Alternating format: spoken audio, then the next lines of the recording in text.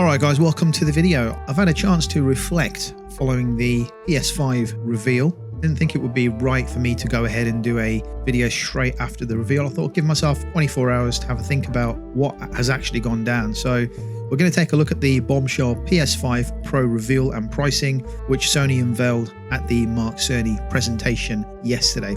So Sony has officially confirmed the existence of the PS5 Pro during the Cerny presentation, because prior to that, it was the worst kept secret within the gaming industry. Everybody knew it was coming based on news, rumors, leaks, and insiders talking about it, but none of that, of course, came directly from Sony until yesterday's presentation by Mark Cerny. We also have a release date, a price, and plenty of details to unpack. But as with any big announcement, there's also been quite a lot of controversy. So what do we know? What's the fallout been? Is the PS5 Pro actually worth buying? I mean, how much more better is it than the PS5? And how does it stack up against the competition like the Xbox Series X? Let's start with the basics. So Sony officially announced the PS5 Pro will be released November the 7th, 2024, just in time for Christmas and holiday this year. And it's priced at 699 squid in the UK, 699 squidillion pounds, a price point that's got a lot of people angry and asking questions about Sony. 699 pounds for a PS5 Pro. I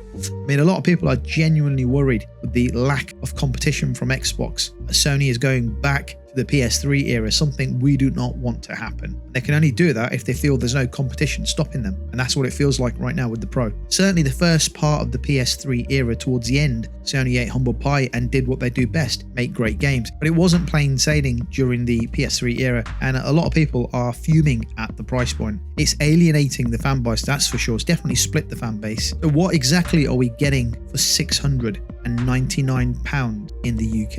Well, the PS5 Pro promises several improvements over the original PS5. Starting with the enhanced GPU, the PS5 Pro is equipped with a upgraded GPU, and it supports 8K resolution for certain titles and improved ray tracing capabilities. If you really give a damn about 8K right now in 2024. We can hardly get content in 4K, let alone 8K, so that's kind of by the by. It's expected to deliver nearly double the graphical performance of the standard PS5. Haven't seen enough games that do that yet, but great, okay. The PS5 Pro will have a faster CPU, which is good, and it's with a new custom CPU clocked at high speeds. PS5 Pro aims to reduce load times even further and enhance multitasking performances. And there's also increased storage with the PS5 Pro, and that's 2 terabytes of SSD, doubling the storage from the base PS5. So that's another positive. This means there's more room for bigger next-gen games on your console, and also you can store more onto the PS5 Pro without having to have an additional SSD fitting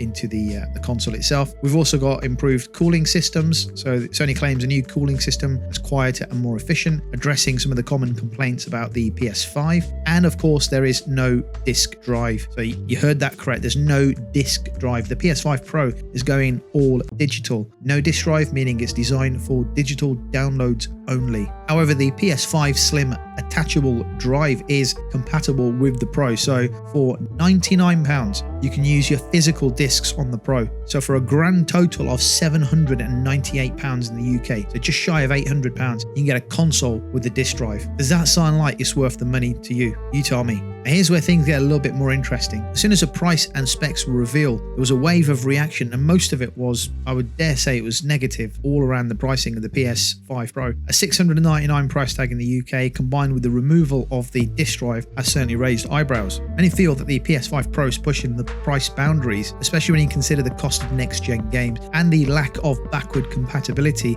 without the option for physical discs there. So for gamers who have invested in physical media over the years, all this digital approach is like a bit of a slap in the face. Not to mention, digital versions of games often cost more than the physical counterparts due to a lack of competition between the retailers. So surely digital games should be cheaper than physical games. That's not always the case. So what does this mean for Sony? Really, reviewing social media sentiment suggested a mixed reaction, with some fans excited for the upgrade performance and others hesitant about the price and lack of a disc drive. So is the PS5 Pro worth it? Well, if you look at the positives, you got the enhanced performance.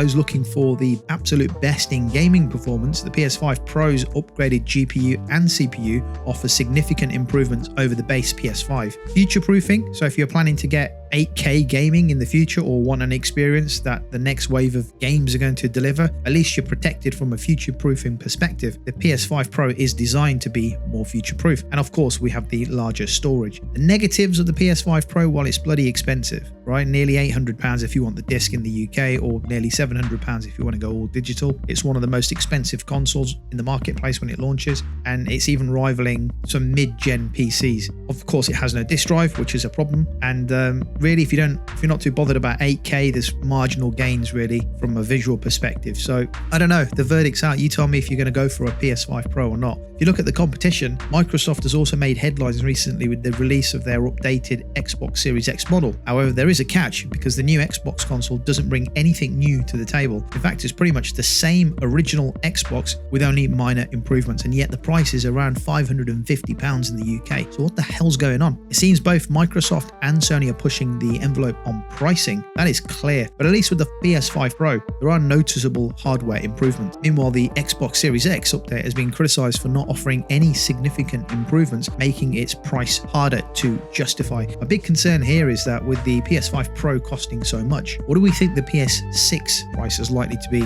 in 3 or 4 years' time? I mean, what are the odds on a PS6 being priced between £700 and £800 depending on whether you want a disc drive or not? That's what's happening, right? With the Pro, it's £699. It's 700 quid in the UK. You buy the disc drive, it's 800 quid. So the PS6, 3 or 4 years' time, could be £800 minimum base model. I mean, the pricing is getting ridiculous. So where does that leave the PS5 Pro in the current marketplace? It's positioned as the premium choice for hardcore gamers looking for the ultimate performance and for future proofing. However, with its high price and the controversial decision to go all digital, it's clear Sony is targeting a very specific segment of the market. Meanwhile, Microsoft's recent release shows that they're content to stay the course with their existing hardware and possibly betting on their Game Pass subscription service and continued game releases onto PlayStation and Nintendo platforms to maintain their market share. So what do you think, guys? Should you get a PS5 Pro? If you're someone who wants cutting-edge performance and doesn't mind the all-digital future with the option to bolt on a disc drive, then yes, it could be worth it. For those satisfied with the PS5 or the Xbox, or who heavily rely on physical media, it might be wise to wait and see how this plays out.